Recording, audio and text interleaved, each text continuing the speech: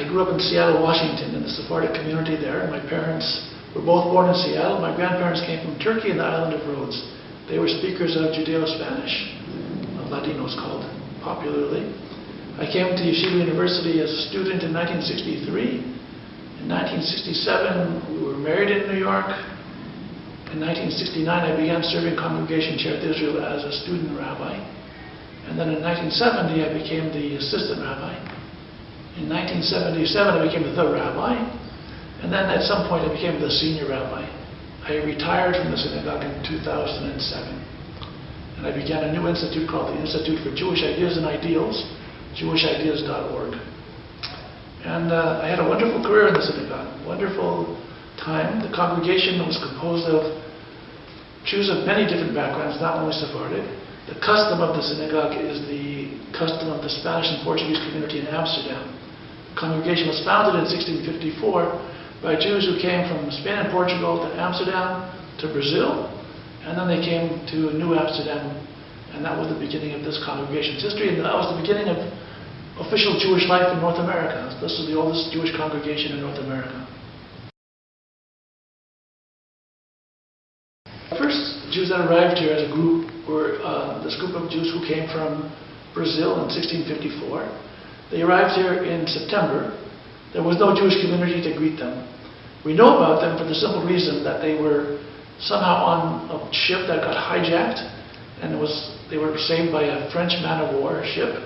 And when they arrived in New Amsterdam, they were unable to pay all of the fees to the captain of that ship. And the captain took them to court.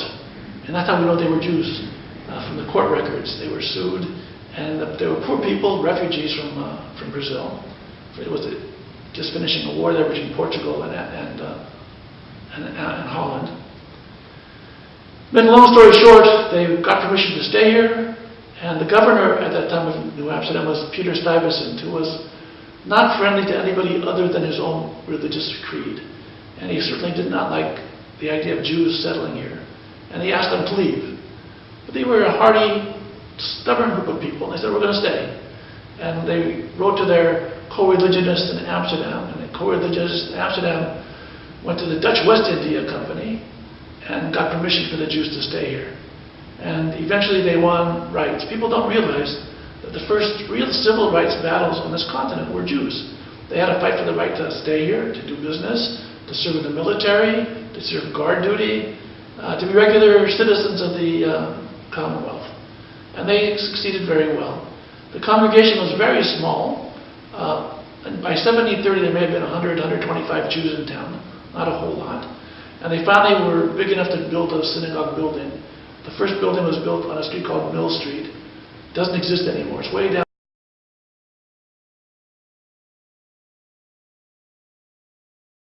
When I first came here, as I told you, Peter Stuyvesant wasn't keen on letting Jews stay here. And they were finally given permission to stay, but with very limited rights. One of the things that Jews were subjected to was they had to pay a tax in lieu of serving on guard duty. In those days, Wall Street was a wall, and they used to have guard duty against basically the Indians on the other side. And they wouldn't let Jews serve guard duty. The Jews had to pay a tax instead. So Asher Levy demanded the right to serve on guard duty. And not to have to pay that tax, but he wanted to be like everybody else, have the same rights and responsibilities. And ultimately he won. And that was an amazing victory, not only for the Jewish people, but for the development of freedom in America for all people.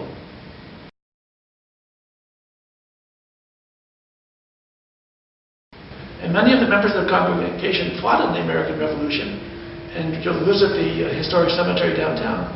And every year around Memorial Day, we put flags on the graves of those of our members who fought in the American Revolution. So this is the only time, I believe, in history where Jews were part of the founding of a country as equals. You know, in other countries, in Christian countries and Muslim countries, Jews were second class or third class. They weren't given full rights. Here, in the what became the United States, Jews, for the first time, actually had equal rights, and flourished because of it, and contributed very grandly to the growth of this nation. Share of Israel, as it comes to the prophets, the Hebrew prophets, it means the remnant of Israel. When the founders first came here in 1654, they didn't find any other Jews. There were a handful of them. They look around and they saw us, we're just like a leftover, a remnant of Israel. But the prophet said that God will look after the remnant of Israel. God will protect the remnant of Israel. So they took this as an image that even though they seemed to be in a faraway land, there was no other Jewish community nearby, God will look after them. And lo and behold, the Lord was very kind to them.